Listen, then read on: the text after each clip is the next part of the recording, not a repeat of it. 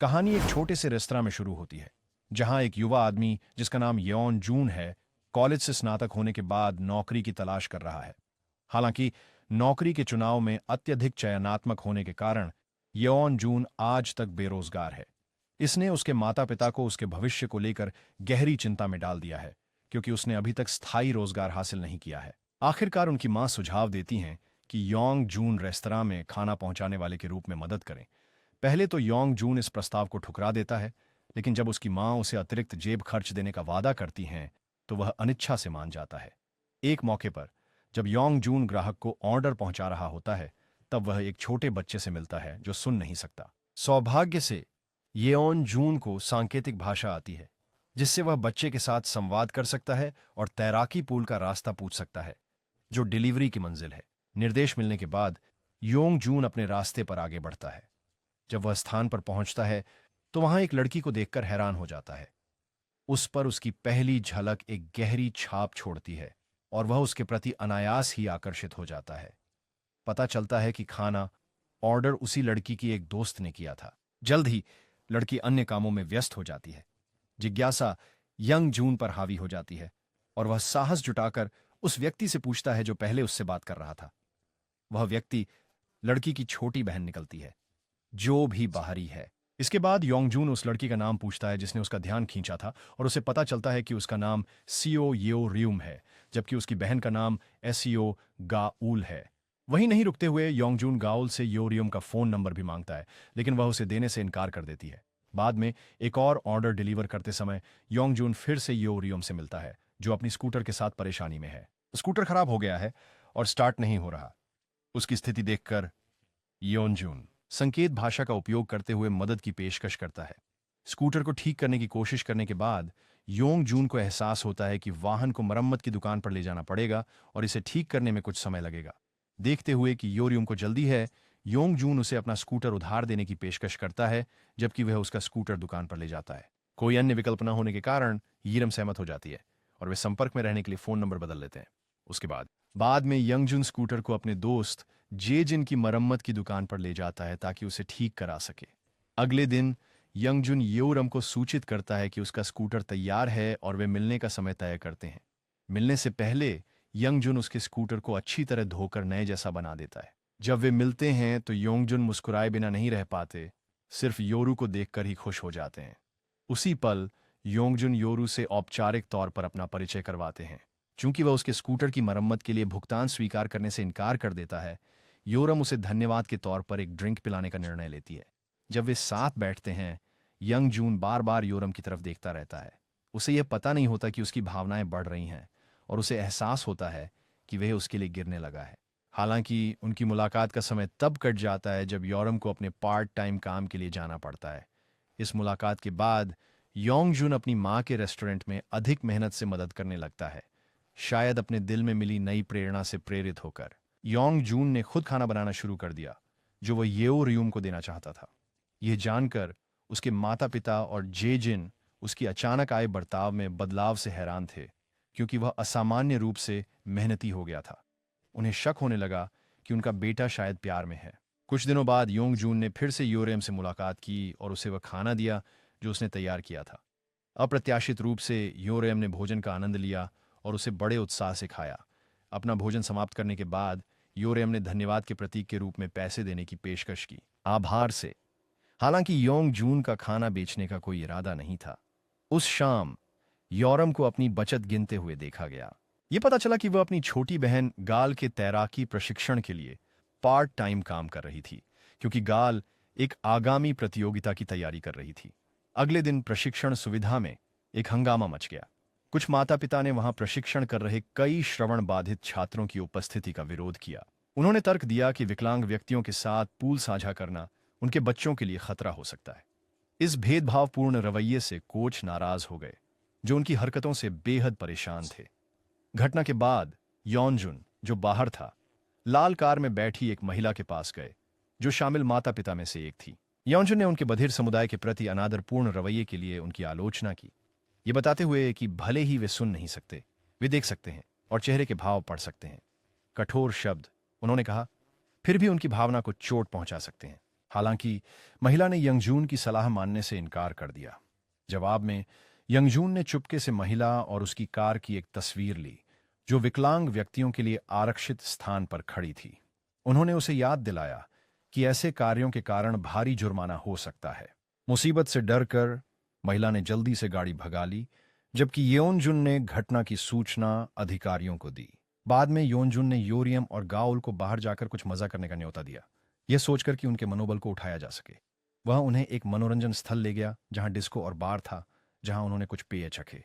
फिर योंगजुन उन्हें एक स्पीकर के पास ले गया जो तेज संगीत बजा रहा था और उन्हें इसे छूने के लिए प्रोत्साहित किया। हालांकि वे संगीत को सुन नहीं सकते थे, वे उसके कंपन को महसूस कर सकते थे। यह पता चला कि योंगजुन उन्हें वहां यह अनुभव कराने के लिए लाया था कि ऐसा महसूस होता है जैसे सुन सकने वाले लोग इसे सामान्यतः आनंदित करते हैं। कुछ समय साथ बिताने के बाद गाउल ने यंगजुन का उस दिन उसे खुश करने के लिए धन्यवाद किया। फिर उसने जल्दी अंदर जाने का निर्णय लिया, जिससे यूरिम और यंगजुन अकेले रह गए। हालांकि ज्यादा बातें नहीं हुई, लेकिन दोनों ने उस शाम एक दूसरे की संगति का आनंद लिया। जब योरम घर लौटी, गाउल ने उसे अभिवादन किया और तुरंत पूछा कि क्या वह यंगजुन को डेट कर रही है। जवाब में योरम ने तुरंत इनकार कर दिया, हालांकि दिल से वह उसके लिए भावनाएं विकसित करने लगी थीं। जल्द ही उसके बाद तैराकी प्रतियोगिता का दिन आ गया। कार्यक्रम के दौरान गाउल ने शानदार प्रदर्शन किया और पहला स्थान हासिल किया। हालांकि उसका समय ओलंपिक ट्रायल के लिए क्वालिफाई करने से सिर्फ 1 सेकंड कम था। इसके बावजूद यूरियम को अपनी बहन की उपलब्धि पर बेहद गर्व और खुशी महसूस हुई। इतना ही नहीं, उसने यह अच्छी खबर यंगजून के साथ भी साझा की। इसके जवाब में यंगजून ने गाउल को उसकी जीत पर बधाई दी और उन्हें बाहर जश्न मनाने के लिए आमंत्रित किया। हालांकि यूरियम ने प्रस्ताव ठुकरा दिया, ये समझाते हुए कि उन्हें तैयारी करनी थी अपनी बहन के लिए डिनर। ये देखकर गाआल ने अपनी बड़ी बहन से यंगजुन के साथ बाहर जाने का आग्रह किया। तब यंगजुन ने एक विचार सुझाया। उसने जे जिनसे गाआल के लिए खाना पहुंचाने को कहा ताकि वह येओरूम के साथ अकेले समय बिता सके और साथ ही गाआल को भी रेस्टोरेंट का खाना मिल सके।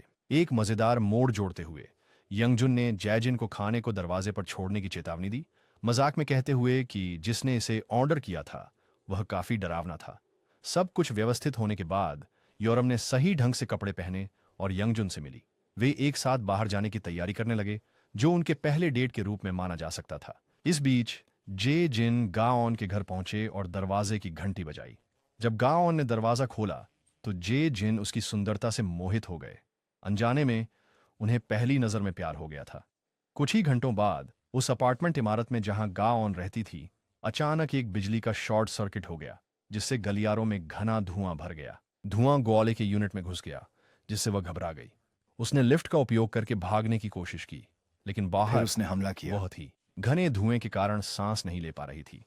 अंततः लिफ्ट ने काम करना बंद कर दिया और गाउल बेहोश हो गई। दूसरी ओर यंगजून और योरयुंग, जिन्होंने अभी अभी साथ में समय बिताया था, उन्हें इस घटना के बारे में पता नहीं था। उसी समय यंगजून अपनी भावनाओं को योरयुंग से कबूल करने वाला था। हालांकि इससे पहले कि वह ऐसा कर पाता, योरम को एक संदेश मिला कि उसकी बहन गुल को अस्पताल ले जाया गया है। बिना किसी हिचकिचाहट के योरयुम तुरंत यंगजून को छोड़कर अस्पताल की ओर भागी। उपस्थित होकर यूरियम ने देखा कि गाउल इलाज करवा रही है। अपराध बोध से प्रभावित होकर यूरियम को अपनी बहन को अकेला छोड़ने का पश्चाताप हुआ। उसे लगा कि उसे गाउल के साथ होना चाहिए था, जिससे यह सब न होता। जो इसे और बदतर बनाता था वह यह था कि गाउल एक चयन कार्यक्रम में भाग लेने जा रही थी, जिससे वह पेशेवर तैराक बन सके। और येओरम नहीं चाहती थी कि उसकी बहन की 10 साल की मेहनत बेकार जाए। हालांकि गाउल ने येओरम को यह कहते हुए आश्वस्त करने की कोशिश की कि वह ठीक होगी और अभी भी बेहतर रिकॉर्ड बना सकती है। इसके बावजूद येओरम ने उस घटना के बाद योंगजून से दूरी बनाना शुरू कर दिया।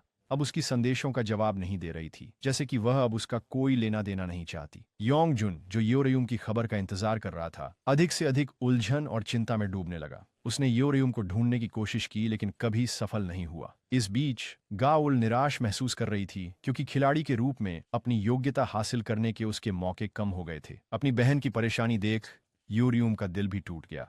इसके परिणाम स्वरूप गाउल ने योरयुम से दूरी बनानी शुरू कर दी। इसके बजाय अपने दोस्तों के साथ देर से घर लौटने का चयन किया। अगले दिन सुबह अपनी बहन को बिना बताए गाउल अकेले ही प्रशिक्षण के लिए निकल गई।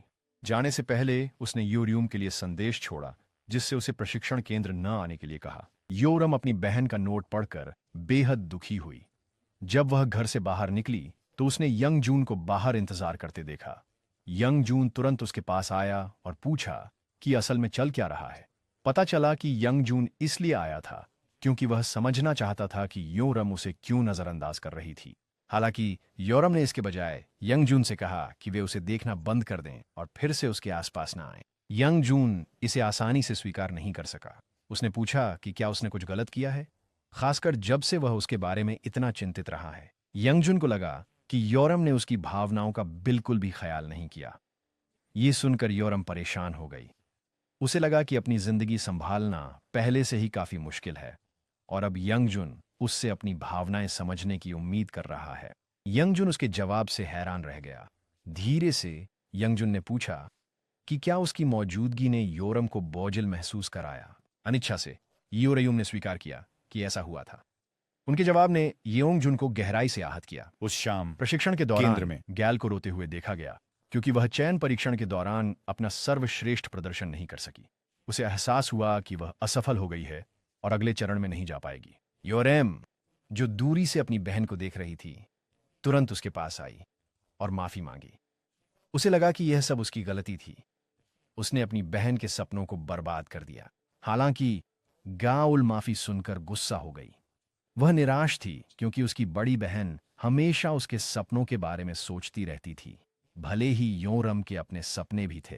कांपती हुई आवाज में गाउल ने अपनी भावनाएं व्यक्त कीं।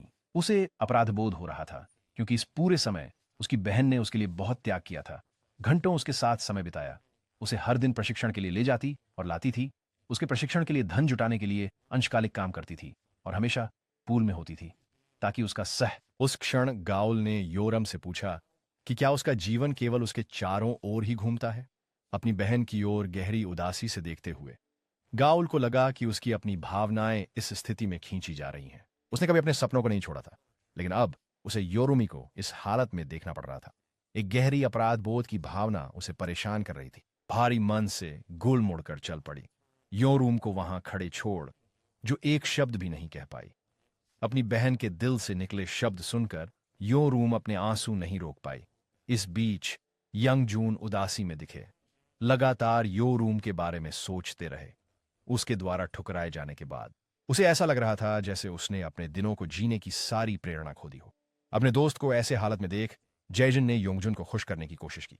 उसने उसे हिम्मत दी कि वह हार न माने और जिससे वह प्यार करता है उससे बात करके सारी गलतफहमियां दूर करे। हालांकि यंगजून ने बताया कि जिस महिला को वह पसंद करता था वह बधिर थी। सेजन इस स्वीकृति से चौंक गया। उसने फिर पूछा कि क्या योरू के साथ रहने वाला व्यक्ति भी बधिर है। जब यंगजून ने हाँ कहा तो जेजिन फिर से हैरान रह गया, यह महसूस करते हुए कि वह योरम की छोटी बहन के लिए गिर गया था। अगले दिन यंगजून की मां ने उन्हें एक निजी बातचीत के लिए एक तरफ ले लिया।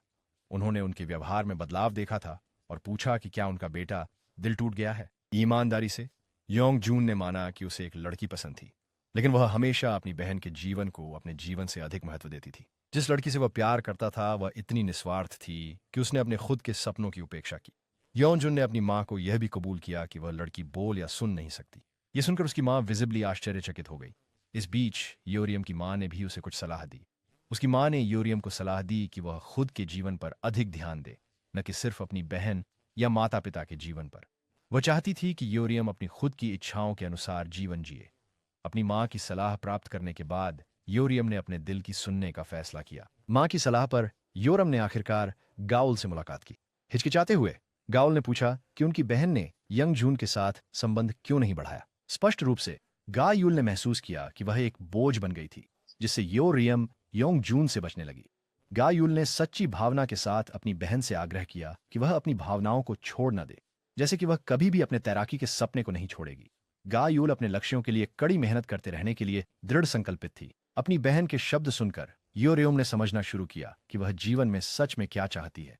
कहीं और योंगजुन की मां ने अपने पति को बताया कि उनके बेटे को पसंद आई लड़की सुन या बोल नहीं सकती थी। इस कारण लड़की ने योंगजुन के साथ चीजें खत्म कर दी ताकि उसके भविष्य को जटिल न किया जा सके। आश्चर्यजनक रूप से योंगजुन के पिता को अपने बेटे की गर्लफ्रेंड की स्थिति से कोई समस्या नहीं थी, जब तक कि उसका दिल अच्छा हो। यह सुनकर योंगजुन की मां अपने पति के रवैये से खुश थी।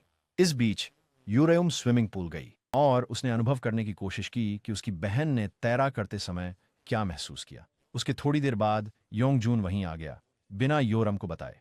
फिर योंगजून ने अपनी भावनाओं को कबूल किया और योरम से उसके हालात को न समझने और उसे बोझिल महसूस कराने के लिए माफी मांगी। यंगजून ने स्वीकार किया कि उसे अस्वीकृति महसूस हुई और वह इस स्थिति को पसंद नहीं करता था। उसने यह भी वादा किया कि वह योरियम का ख्याल रखेगा क्योंकि उसने कभी खुद को प्राथमिकता नहीं दी थी। यंगजून योरियम को मुस्कुराना देखना चाहता था क्योंकि वह उसकी मुस्कान को पसंद करता था। जब योरियम ने मुड़कर यंगजून की तरफ चलना शुरू किया तो वह मुस्कुराई और फिर उसे अपने साथ पूल में खींच लिया। अब उनके संबंध बेहतर हो गए थे। योंगजून ने योरियम को अपने माता पिता के रेस्तरां में पार्ट टाइम नौकरी की पेशकश की। योरियम ने पूछा कि क्या उसके माता पिता को उसकी सीमाओं से कोई समस्या होगी। इसके बावजूद यंगजून ने उसे आश्वस्त किया कि वे समझेंगे, खासकर क्योंकि योरियम मेहनती और दयालु व्यक्ति है। अंततः योरियम ने प्रस्ताव स्वीकार किया और वे इंटरव्यू के लिए यंगजून के माता पिता से मिलने गए। जैसे ही वे पहुंचे, उनका योंगजून के माता पिता ने गर्मजोशी से स्वागत किया, जो योरम की सुंदरता से तुरंत प्रभावित हुए। उन्होंने योरम को उनके बारे में बेहतर समझने में मदद करने के लिए स्वयं के बारे में लिखित परिचय भी तैयार किए थे। फिर योंगजून की मां ने सुझाव दिया कि योरम और योंगजून अपने रिश्ते को फिर से शुरू करें, क्योंकि वे समझेंगे अगर योरम को उनके बेटे के साथ डेटिंग करते हुए काम करना पड़े। आश्चर्यजनक रूप से योरम ने अचानक बात की और अनुरोध को मान लिया। सभी चकित थे क्योंकि जैसा कि पता चला, योरम बोल सकती थी। यंगजून भी उतना ही आश्चर्यचकित था क्योंकि उसने हमेशा सोचा था कि वह सुन या बोल नहीं सकती। इसका मतलब था कि पूल में योरम ने योंगजून के दिल से की गई हर बात सुनी थी। उस पल योरम ने स्वीकार किया कि उसके भी योंगजून के लिए भावनाएं थीं।